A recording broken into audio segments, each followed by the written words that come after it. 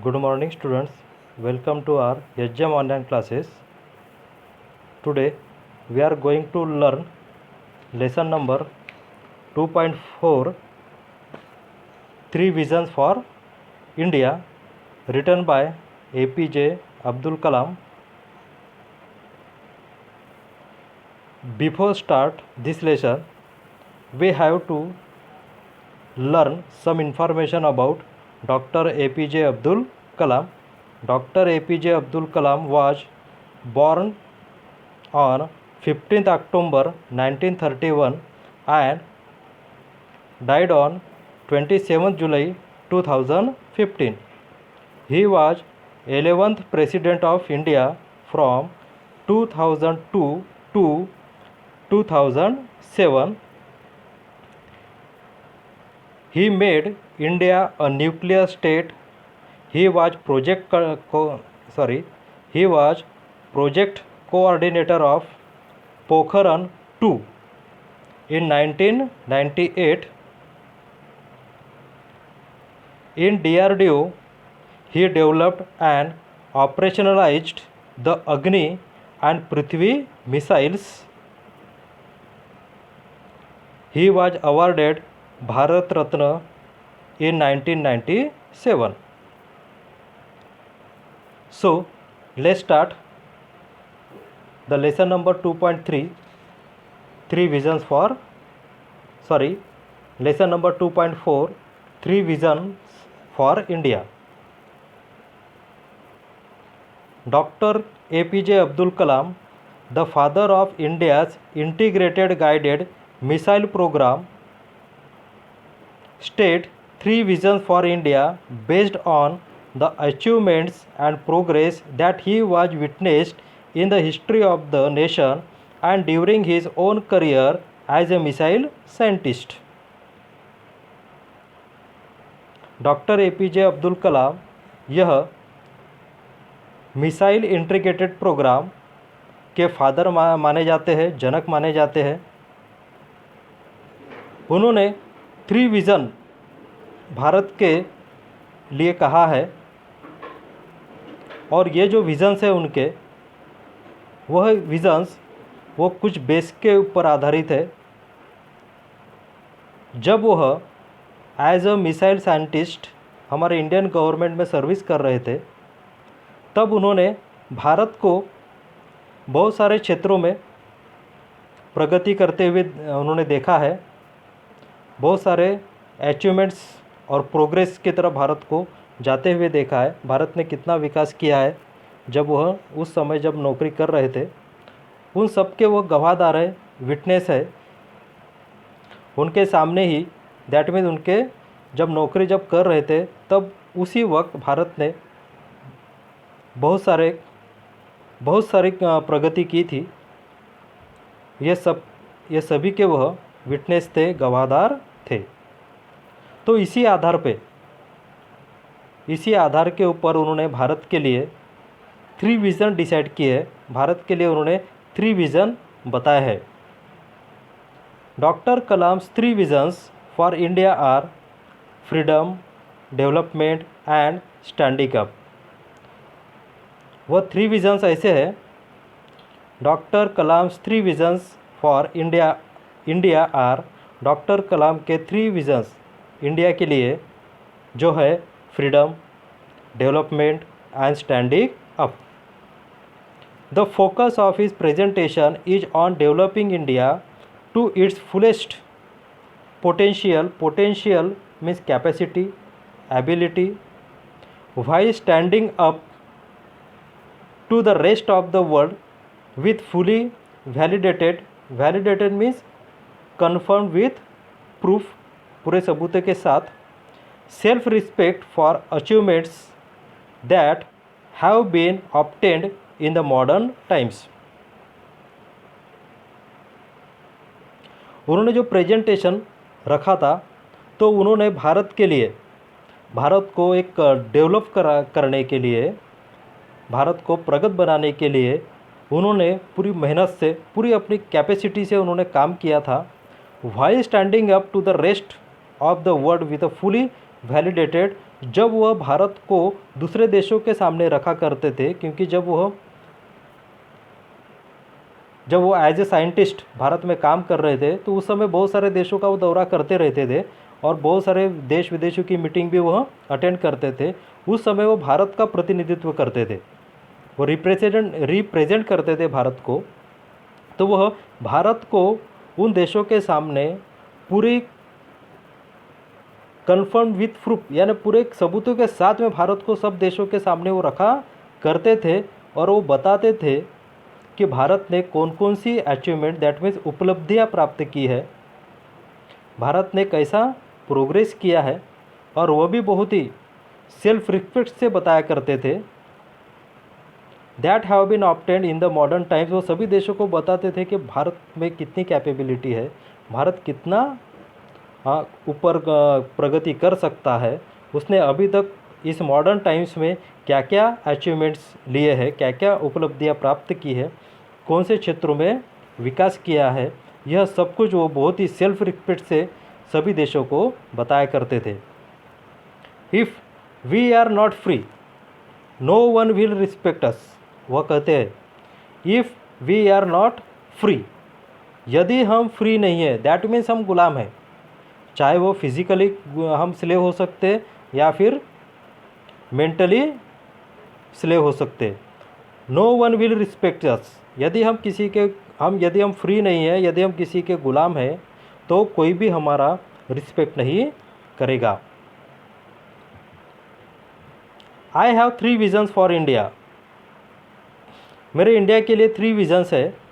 मेरे means doctor APJ Abdul कलाम के। इन 3000 years of our history, people from all over the world have come and invaded us. 3000 साल का जो भारत का इतिहास है उसमें बहुत सारे देश विदेश के लोग हमारे देश में आए, उन्होंने हमारे देश को अपना गुलाम बनाया, हमें बहुत ज़्यादा लूटने का प्रयास किया, लूटा भी है। Captured our land and conquered our minds, उन्होंने हमारी लैंड कैप्चर कर ली, उस पर कब्जा जमा लिया, तथा एंड कॉन्क्वर्ड आर माइंड्स, और हमारे दिमागों को भी उन्होंने अपना गुलाम बना लिया। हमारे दिमाग जो हमारी मानसिकता है उस पर भी उन्होंने जीत हासिल की। From Alexander onwards the Greek, Alexander से लेकर तो ग्रीक्स तक, the Portuguese, the British, the French, the Dutch, all of them came and looted us and took over that was ours. Alexander से लेकर, अलेक्जेंडर भी भारत में आया था, ग्रीक्स भी आए, पोर्तुगीज, ब्रिटिश, फ्रेंच, डच, ये सभी के सभी भारत में आए और सब ने भारत को लूटने का ही काम किया है। दे केम एंड लूटेड अस, वो आए और हमें लूट कर चले गए। And took over what was ours. 8 we have not done this to any other nation, भले ही हमारे देश में दूसरे देश आए, उन्होंने हमें लूट लिया, हमारी चीज़ें अपने अंडर में ले ली, हमारी ज़मीन वगैरह सब लूट ली उन्होंने, उस पर कब्जा जमा लिया, लेकिन भारत ने ऐसा कभी नहीं किया। वी हैव नॉट कॉन्क्वेर्ड एनीवन, हमने किसी देश को अपना गुलाम नहीं बनाया, किसी देश के ऊपर हमने आक्रमण नहीं किया, उसे अपना गुलाम नहीं बनाया, उसे जीतने का प्रयास नहीं किया। We have not grabbed their land, हमने किसी की भी ज़मीन नहीं हस्तगत नहीं की।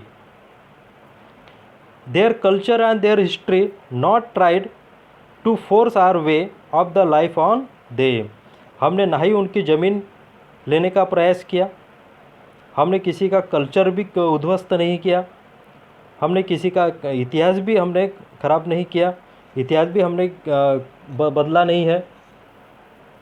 Nor tried to force our way of the life on them, और हमने दूसरे देशों को, दूसरे लोगों को भी यह ज़बरदस्ती नहीं की कि हमारे इंडिया की इंडिया के तरह से आप जीना शुरू करिए। लेकिन जब हमारे देश में मुस्लिम आए तो उन्होंने मुस्लिम धर्म का प्रचार किया, ज़बरदस्ती बहुत सारे लोगों को मुस्लिम धर्म स्वीकारने के लिए मजबूर किया। क्रिश्चियन आए, मिशनरीज आई क्रिश्चियन की, उन्होंने बहुत सारे इंडियन लोगों को क्रिश्चियन बनाया, लेकिन भारत ने ऐसा कुछ नहीं किया। बिकॉज वाई, ऐसा हमने क्यों नहीं किया, हमने दूसरे देशों के ऊपर क्यों आक्रमण नहीं किया, उसे गुलाम क्यों नहीं बनाया, हमने अपनी संस्कृति दूसरे देश के ऊपर क्यों नहीं ला दी। तो उसका आंसर है because we respect the freedom of others, क्योंकि हम रिस्पेक्ट करते हैं दूसरों की भी फ्रीडम की, स्वतंत्रता की हम रिस्पेक्ट करते हैं। हमारे लिए रिस्पेक्ट बहुत मायने रखती है, हम किसी को अपना गुलाम नहीं बनाना चाहते। That is why my first vision for India is freedom, और इसीलिए मेरा फर्स्ट विज़न है इंडिया के लिए freedom. I believe that India had its first vision of freedom in 1857। मेरा विश्वास है कि हमारा फ्रीडम का जो फर्स्ट विज़न था वो तो हमारा 1857 में ही बन गया था। When we started the war of independence 1857 में ही हमने वार ऑफ इंडिपेंडेंस, स्वतंत्रता की लड़ाई हमने शुरू कर दी थी। It is this freedom that we must protect and nurture and build on. 1857 से हमारे स्वतंत्रता का युद्ध शुरू हुआ और वो 15 अगस्त 1947 में ख़त्म हुआ था, और हमें 15 अगस्त 1947 में हमें स्वतंत्रता मिली थी, इंडिपेंडेंस हमें प्राप्त हुआ था और हम अंग्रेज़ों के गुलामों से मुक्त हो चुके थे। इसीलिए it is this freedom that we must protect and nurture mean develop and build on. इसीलिए जो हमें स्वतंत्रता मिली है, इतने सालों के संघर्ष के बाद हमें जो स्वतंत्रता मिली है, उसका रक्षण करना, उसे डेवलप करना और आगे बढ़ाना, ये हमारा कर्तव्य है। If we are not free no one will respect us. यदि हम फ्री नहीं हैं, यदि हम स्वतंत्र नहीं हैं, तो कोई भी हमारी रिस्पेक्ट नहीं करेगा। इसलिए हमें हर क्षेत्र में फ्री होना पड़ेगा। My second vision for India is development for 50 years. We have been a developing nation. It is time to see ourselves as a developed nation. We are among the top 5 nations of the world in terms of gross domestic product, that means GDP. We have 10% growth rate in most areas. My second vision for India, मेरा दूसरा vision है India के लिए development. For 50 years we have been developing nation. पिछले 50 साल में हम एक डेवलपिंग, एक विकासशील देश रहे हैं। हम विकास कर रहे हैं, अभी तक हम विकसित नहीं हुए, हम बस विकास की ओर जा रहे हैं, कदम रख रहे हैं। इसलिए कहा जाता है India is a developing country, क्योंकि वो विकास कर रहा है। It is time to see ourself as developed nation. ये वक्त है कि भारत को ज़्यादा से हमें डेवलपिंग नेशन से उसे डेवलप्ड नेशन बनाना चाहिए। उसके लिए हमें बहुत ज़्यादा प्रयत्न करना चाहिए। अभी हम डेवलपिंग नेशन है, हमें पूरी तरह से डेवलप करना है। We are among the top 5 nations of the world in terms of gross domestic product, that means GDP। हम जो टॉप 5 नेशंस है, जो 5 देश है, उनमें हमारी गिनती होती है GDP के लिए, यानी हमारे देश की आर्थिक व्यवस्था बहुत अच्छी है। We have 10% growth rate in most areas. बहुत सारे जो एरियाज़ है उसमें हम 10% तक ग्रोथ कर लेते हैं।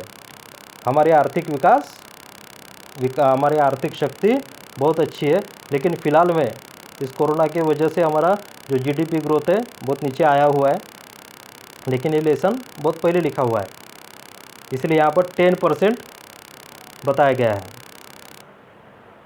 सो today we stop here and remaining part of this lesson we will see in next video. Thank you and have a nice day.